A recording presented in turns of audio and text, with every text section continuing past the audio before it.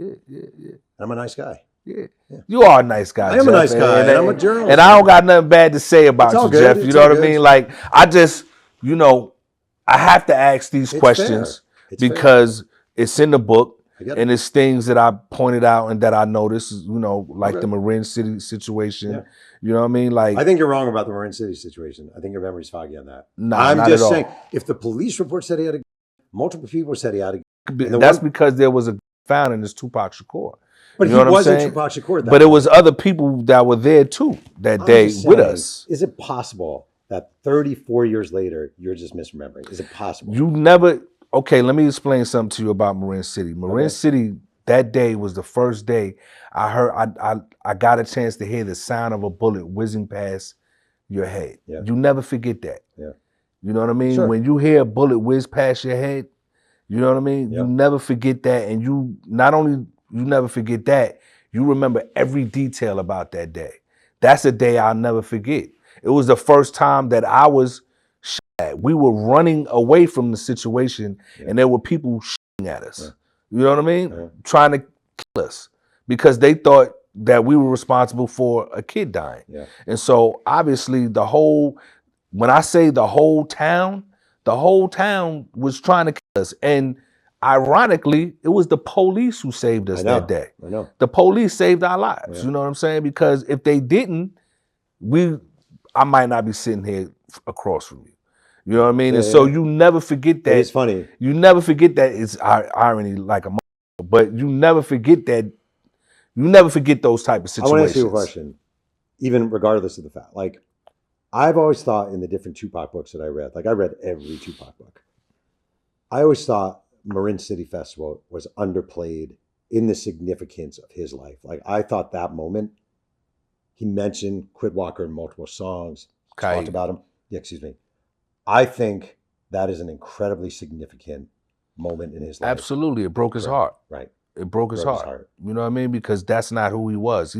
He went there with the goodest of intentions. Right. You know what I mean? I think Frankie Beverly and Maze were performing that day. And 5150 was performing. We grew up loving that his music. And there was a bit of wanting to, show people that he made it. But it wasn't in a way to like floss on people or, I'm this superstar now and you guys are all beneath me. We were really just going to have a good time. And like as soon as you get to the park, you get this large contingent of people that are upset about an interview he did where he said he was Which wasn't even an interview. That's a crazy thing. The interview they were upset about, it was this thing that it was a rumor that spread around that he went on Yo MTV Raps and was talking about Marin City. No, it wasn't an interview because it was an interview that he did on BET. Yeah, but and it was an interview, and he said he was homeless. Right. And that's the first thing one of the guys said. I don't know if it was the gentleman you interviewed, but he was like, "Why are you going around telling people you was homeless in Marin?" And Pac's exact words were, "Because I was." He was. Because I was. Yeah.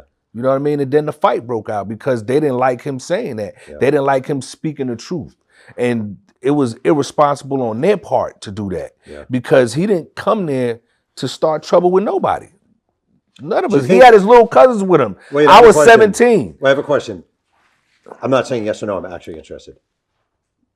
Do you think he should have, I don't know the answer is, should he have read the situation better? You know what I mean? Like him showing up, should he have known or would he have no way of knowing? Of course he should have read the situation better, but this is another thing that I want to mention. Yeah. I think Pac was 20, 21 years old. How many mistakes have we made 100% at that age? You know what I'm saying? Wait, can I just say one thing? I actually think when people analyze Tupac, they forget how young he was even when he died. Absolutely. What were you doing at 25? What was I doing at 25? What were you doing at 25? I'm going to be honest with you. Same. You know what I mean? I didn't know anything about anything, but I thought I knew everything. Making mistakes left and right. Because you think you're smarter than you are at that age, but you don't know. Of course you do. Right, of course you do. And I think people don't give Tupac grace that he was a young kid trying to figure out life, which is what we all are at 25. No doubt. He was smart and he was talented, but he was still just 25 years old. 100%.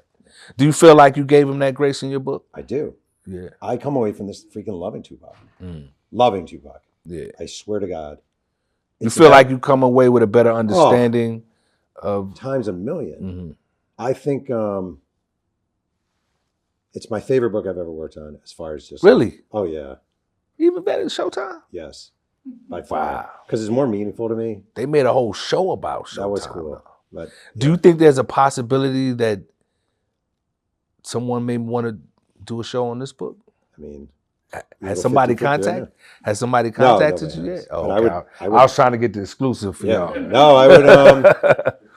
I mean, to me, like, honest to God, I'm not to say, like, to me, the story, like, I don't know, like, to me, Tupac's legacy belongs, and I'm really mean this, like, to people like you who came up with him, to Set, his sister, to Yasmin, to Layla, to the different people who came up with him, the Outlaws, Thug Life, the different people who are still alive, the communities he grew up in, East Baltimore, like, it's like their story. So if someone tells it, I don't give a shit it's my book or not.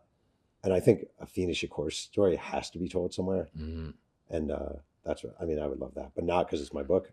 Did you watch the Dear Mama documentary? I hated how much I loved it. It was great. Because I was jealous of it when I was watching it. I was glad that a large part of that doc was about Afeni. Yes. So you can understand what makes a Tupac Shakur. Also, I was like, at first, because obviously Tupac had his altercation with Alan Hughes. I was like, why is Alan Hughes doing it? But he actually kind of felt like the perfect guy to do it in hindsight. You know, and I interviewed Alan Hughes too. And he speaks about why he chose to do it. And he felt like it was kind of like his way to make amends to Tupac because, of course, through years of growth and development, he realized where he made a mistake in their whole ordeal. He said to me, I could have handled that better. Right. You know what I mean? The way we fired it, we shouldn't have did it that way. That was, because we're all young and dumb when we're young. Exactly. We make mistakes. Wait, can I ask you a question? Sure. Because I get asked this and I always say,